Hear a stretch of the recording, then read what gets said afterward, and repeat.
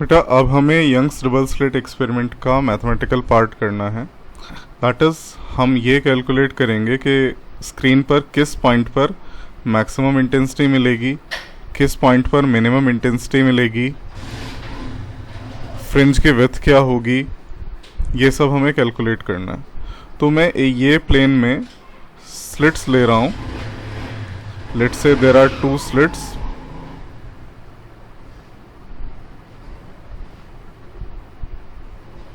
ये 2 स्लिट्स हैं मेरे पास, slit S1 and slit S2, और इन स्लिट्स से D डिस्टेंस अवे स्क्रीन रखी है, capital D distance away screen रखी है। This distance is capital D।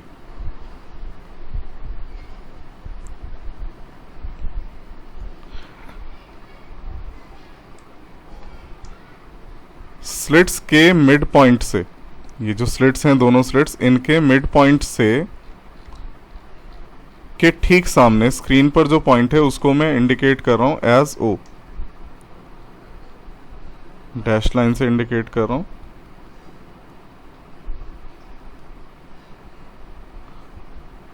This is point O and mid point of the slits is C।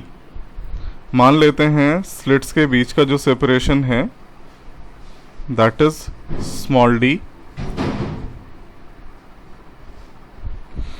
अब देखिए, अगर हम 2 वेव्स लें, एक S1 से जा रही है और एक S2 से जा रही है, तो S1 से O तक का डिस्टेंस और S2 से O तक का डिस्टेंस, दोनों डिस्टेंसेस सेम है, पाथ डिफरेंस 0 होगा। पाथ डिफरेंस 0 होने की वजह से फेज डिफरेंस भी 0 होगा, और पॉइंट O पर हमें एसेंशियली एक मैक्सिमम इंटेंसिटी मिलेगी। यानी कि पॉइंट O पर तो हमें हमेशा ब्राइट स्पॉट ही मिलेगा, ब्राइट फ्रिंज ही मिलेगी। अब मैं यहाँ एक अदर पॉइंट ले लेता हूँ, से ये पॉइंट लिया मैंने P। इस पॉइंट P पर क्या सिचुएशन होगी वो मुझे निकालना है। मान लेते हैं O से P का डिस्टेंस है y। यहाँ क्या सिचुएशन होगी वो मैं फाइंड करना चाहता हूँ। तो पहले मैं S1 और S2 से P को ज्वाइन कराता हूँ।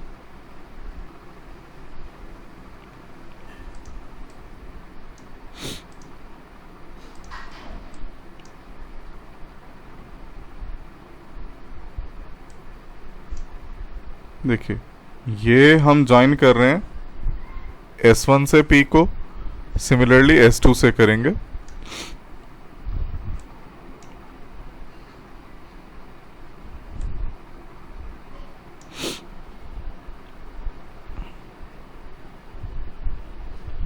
यहाँ हम क्लियरली देख पा रहे हैं कि इन दोनों के बीच में एक पाथ डिफरेंस है which is equal to S2P minus S1P। और अगर मैं S1 से S2P पर नॉर्मल ड्रॉ करूं, से मैं यहाँ एक नॉर्मल ड्रॉ कर देता हूं, पॉइंट S1 से S2P पर,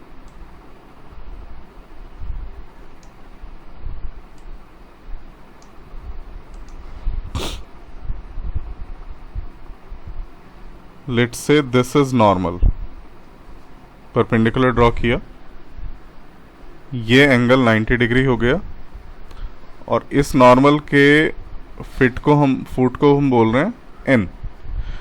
तो हम जानते हैं पाथ डिफरेंस किसके इक्वल है। अब path difference between these waves is equal to S2n।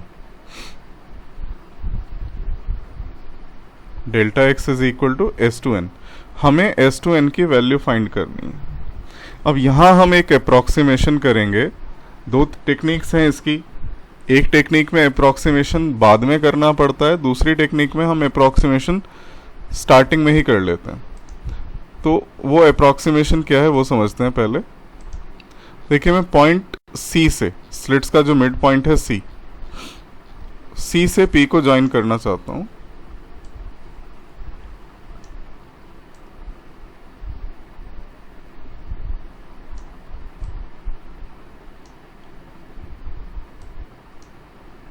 ये मैं एक डैश लाइन के थ्रू C से P को ज्वाइन करा। ये जो एंगल है O C P, let say this angle is theta. तो हमारा जो अप्रोक्सीमेशन है वो ये है कि angle S2 S1 N will be nearly equal to theta. तो इसको मैं थीटा ही मान लेता हूँ। As it is nearly equal to theta, मैं इसको थीटा कंसिडर कर रहा हूँ। किस एंगल को? S2 S1 N, इसको मैं थीटा के इक्वल मान के चल रहा हूँ। ये अप्रोक्सीमेशन है।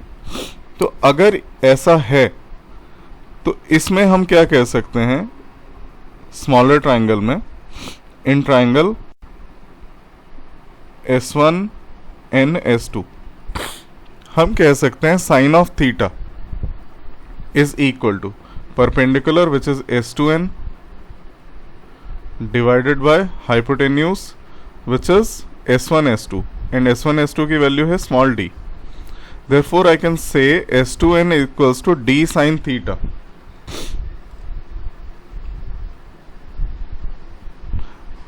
और क्योंकि स्मॉल एंगल्स के लिए साइन थीटा और टेन थीटा नियरली इक्वल होते हैं, therefore I can say it is nearly equal to d tan theta.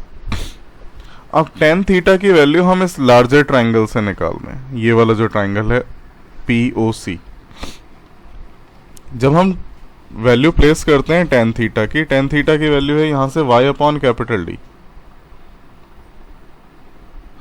तो हमारे पास पाथ डिफरेंस डेल्टा x आ जाता है y into small D upon capital D. और हमारा ऑब्जेक्टिव था, सबसे पहला ऑब्जेक्टिव था पाथ डिफरेंस निकालना। ये हमारा आ चुका है।